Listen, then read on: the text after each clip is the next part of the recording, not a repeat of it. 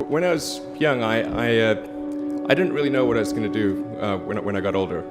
People kept asking me, but then eventually I thought that the idea of inventing things would be really cool. And the reason I thought that was because I read a quote from Arthur C. Clarke, which said that a sufficiently advanced technology is indistinguishable from magic, and that's really true.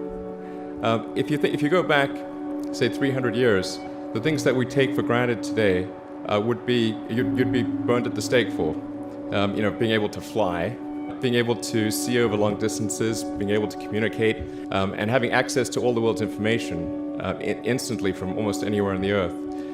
This is stuff that really would be magic, or would be considered magic in times past. In fact, I think it actually goes beyond that, because there are many things that we take for granted today that weren't even imagined in times past. They weren't even in the realm of magic.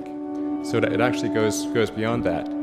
So I thought, well, if I can do some of those things, basically if I can advance technology, then that's like magic, and that would be really cool. And I also had sort of a slight existential crisis, because I was trying to figure out what does it all mean? Like, what's the purpose of things? And I came to the conclusion that if we can advance the knowledge of the world, if we can do things that expand the scope and scale of consciousness, then we're better able to ask the right questions and become more enlightened, and that's really the only way forward. I think about what technology solution is necessary in order to achieve the particular goal, and then try to make as much progress in that direction as possible. I think being a multi-planet species and being out there among the stars is important for the long-term survival of humanity. But then the part that I find personally most motivating is that it creates a sense of adventure, and it makes people excited about the future.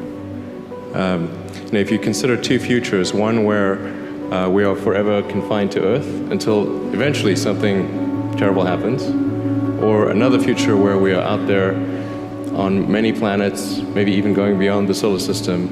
I think that second version is incredibly exciting and inspiring, and there need to be reasons to get up in the morning. Life can't just be about solving problems. Otherwise, what's the point? There's got to be things that people find inspiring and make life worth living. When my brother and I were starting our first company, instead of getting an apartment, we just rented a small office, and we slept on the couch.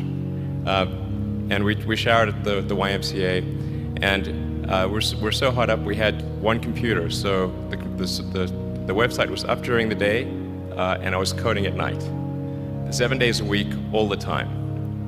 And I sort of briefly had a girlfriend in that period, and in order to be with me, she had to sleep in the office. So work hard, like